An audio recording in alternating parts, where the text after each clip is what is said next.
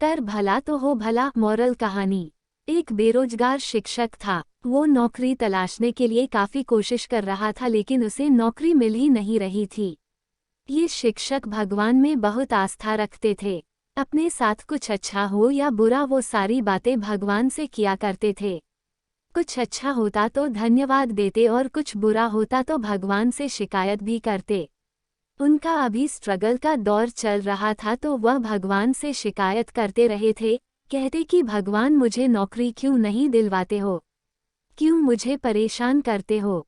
थोड़े दिनों बाद ही शिक्षक को एक कस्बे में सरकारी नौकरी लगी। शिक्षक ने तुरंत भगवान को धन्यवाद दिया और उनका आभार माना। लेकिन दिक्कत ये थी कि स्कूल गांव में था और उनका रहने का इंतजाम कस्बे में किया गया था। उनके मकान से स्कूल तक का अंतर 5 किलोमीटर था।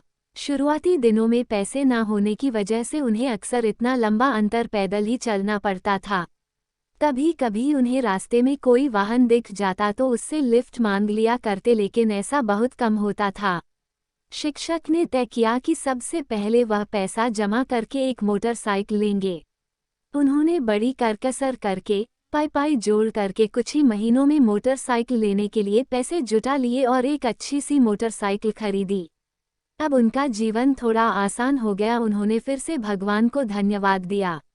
उन्हें अपना पुराना समय अच्छे से याद था। उन्हें इतनी दूर तक चलने की तकलीफ भी याद थी।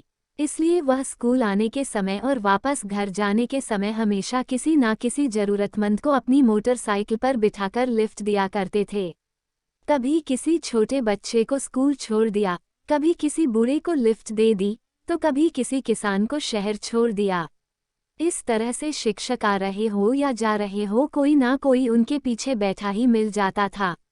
लोग उनकी बाइक को अब दूर से ही पहचानने लगे थे क्योंकि हर कोई जानता था कि अगर उनकी बाइक आते दिख गई तो लिफ्ट जरूर मिल जाएगी। लोगों की मदद करके शिक्षक को भी बहुत अच्छा लगता था। एक दिन शिक्षक स्कूल खत्म करके अपने घर को जा रहे थे। उस दिन कुछ ऐसा हुआ कि उनसे लिफ्ट मांगने वाला कोई भी नजर नहीं आया।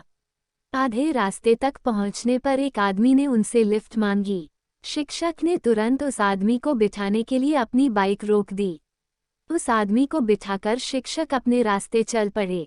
थोड़ी दूर सुनसान जगह आने पर उस आदमी ने शिक्षक के पीठ पर चाकू रखा और उनसे कहा, अब यह बाइक मैं चला लूंगा, आप नीचे उतर जाए और मेरा पीछा मत कीजिएगा। शिक्षक को लगा आज तो बुरा फंस गया।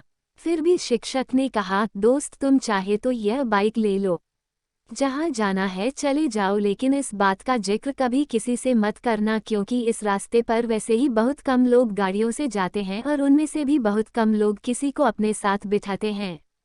अगर इस बात का पता लोगों को चल गया तो वे दूसरों को लिफ्ट देना बंद कर देंगे। उन लोगों का एक दूसरे पर से भरोसा उठ जाएगा। मैं भी इस बात का जिक्र किसी से नहीं करूंगा। शिक्षक की बातें सुनकर एक बार तो उस लुटेरे का दिल भी पसीज गया, लेकिन फिर उसने सोचा कि मैं कहाँ इसकी बातों में आ रहा हूँ। उसने बाइक ली और वहां से चलता बना। शिक्षक जैसे तैसे फिर पैदल चलकर अपने घर तक पहुंचा और घर पहुंचकर भगवान से शिकायत करने लगा, क्या भगवान फिर से मुझे वहीं पर लाकर खड़ा कर दिया। शिक्षक उस रात बिना खाना खाए ही सो गया। सुबह शिक्षक जब नींद से जागा तो उसने देखा कि उसकी मोटरसाइकिल उसके आंगन में खड़ी है और उस पर एक चिट्ठी चिपकी हुई है। शिक्षक ने बड़े आश्चर्य से अपनी बाइक से उस चिट्ठी को निकाला और उसे पढ़ने लगा। चिट्ठी उसी चोर ने लिखी थी जिसने उनसे यह बाइक छीनी थी।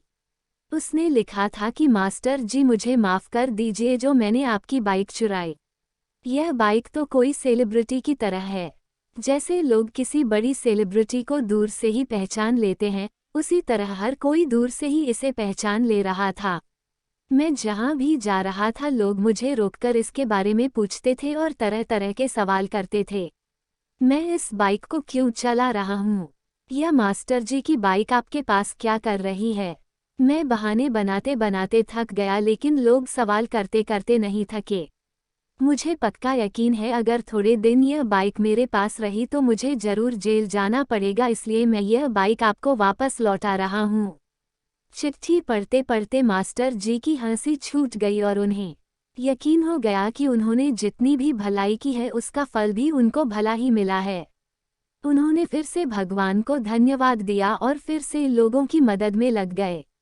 दोस्तों, ये कहानी हमें सिखाती है कि कर भला तो हो भला, दूसरों की मदद करेंगे तो भगवान भी आपकी मदद करेगा, दूसरों का भला करेंगे तो आपका बुरा कभी नहीं होगा।